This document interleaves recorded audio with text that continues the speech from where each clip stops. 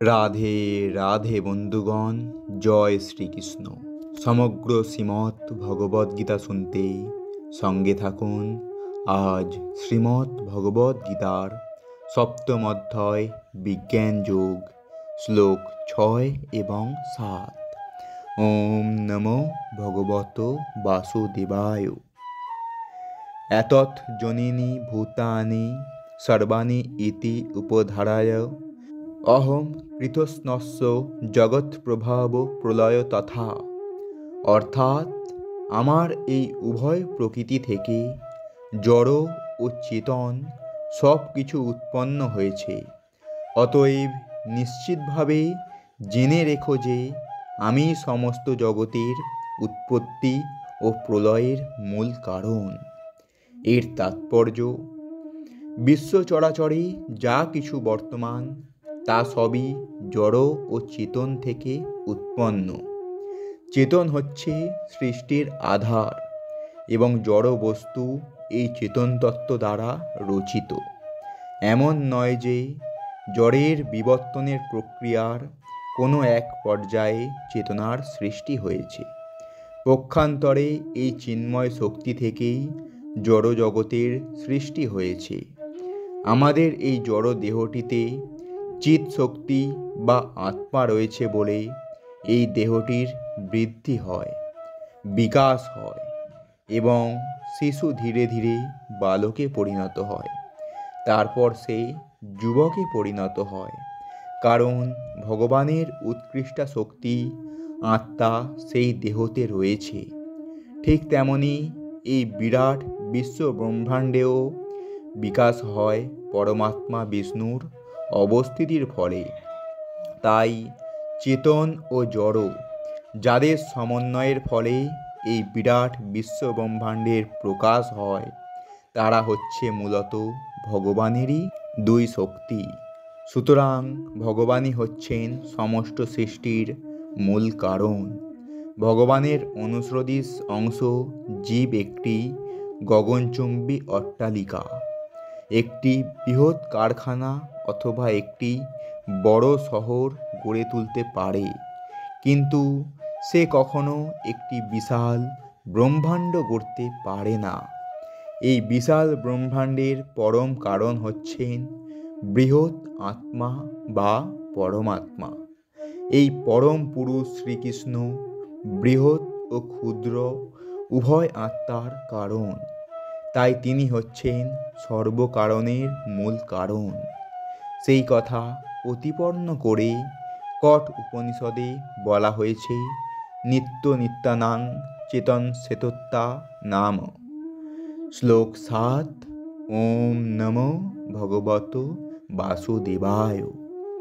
মত্ত পরতরং নান্যৎ কিঞ্চিদন্তি ধনঞ্জয় ময়ি সর্বমিদং প্রতং সূত্রে মণিগণা ইব। অর্থাৎ, হে ধনঞ্জয়, আমার থেকে শ্রেষ্ঠ আর কেউ নেই। সূত্রে যেমন মণিসমূহ গাঁথা থাকে, তেমনি সমস্ত বিশ্বই আমাতে ওতপ্রোতভাবে অবস্থান করে। এর তাৎপর্য, পরম তত্ত্ব সবিশেষ না নির্বিশেষ এই সম্বন্ধে বহু আলোচিত মতবিভেদ রয়েছে। ভগবদ্গীতাতে বলা হয়েছে যে পরমেশ্বর ভগবান শ্রীকৃষ্ণই হচ্ছেন পরম তত্ত্ব এবং প্রতি পদক্ষেপেই আমরা সেই সত্যের সন্ধান পাই। বিশেষ করে এই শ্লোকটিতে পরম তত্ত্ব যে সবিশেষ পুরুষ তা জোর দিয়ে বলা হয়েছে। পরমেশ্বর ভগবানের সবিশেষত্ব সম্বন্ধে ব্রহ্মসংহিতাতেও বলা হয়েছে, ঈশ্বর পরম কৃষ্ণ সচ্চিদানন্দ বিগ্রহ।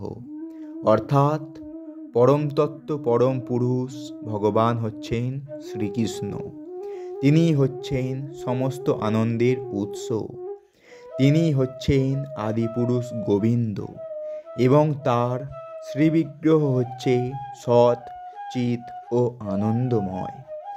ব্রহ্মার মতো মহাজনদের কাছ থেকে যখন আমরা নিঃসন্দেহে জানতে পারি যে পরম তত্ত্ব হচ্ছেন পরম পুরুষ, এবং তিনি হচ্ছেন সর্বকারণের পরম কারণ, তখন তার সেই সম্বন্ধে কোনো সন্দেহ আর থাকে না।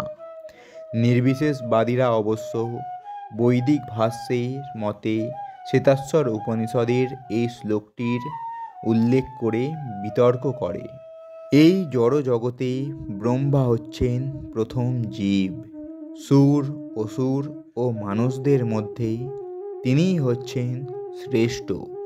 কিন্তু ব্রহ্মারও ঊর্ধ্বে এক অপ্রাকৃত তত্ত্ব বর্তমান, যার কোনো জড় আকৃতি নেই এবং যিনি সব রকমের জড় কলুষ থেকে মুক্ত।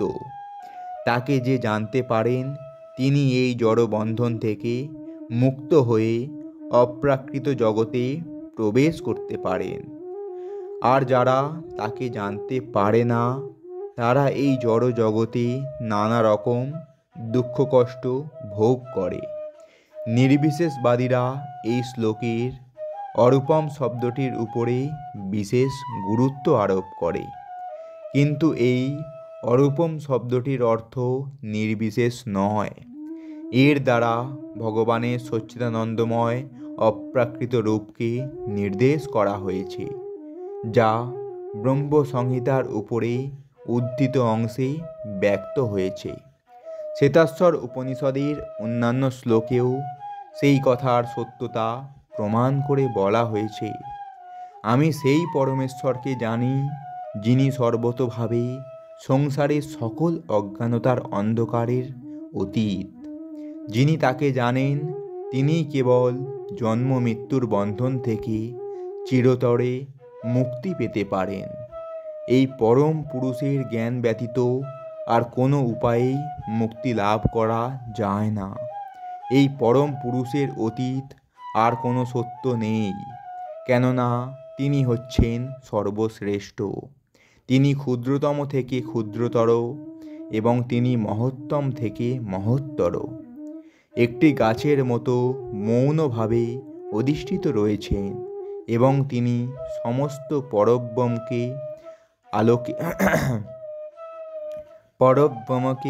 আলোকে উদ্ভাসিত করে রেখেছে। একটি গাছ যেমন তার শিকড় বিস্তার করে, তিনিও তেমনি তার বিভিন্ন শক্তিকে বিস্তৃত করেছেন। এই সমস্ত শ্লোক থেকে আমরা অনায়াসে এই সিদ্ধান্তে উপনীত হতে পারি যে পরমেশ্বর ভগবানই হচ্ছেন পরম তত্ত্ব, যিনি তার জড় ও চিন্ময় শক্তির প্রভাবে সর্বব্যাপ্ত। তো বন্ধুগণ, এটাই ছিল শ্রীমদ্ ভগবদ্গীতার সপ্তম অধ্যায় বিজ্ঞান যোগের শ্লোক 6 এবং 7। এই রকম সম্পূর্ণ শ্রীমদ্ ভগবদ্গীতা শুনতে আমাদের এই চ্যানেলটি সাবস্ক্রাইব করুন এবং সঙ্গে থাকুন। রাধে রাধে, জয় শ্রীকৃষ্ণ।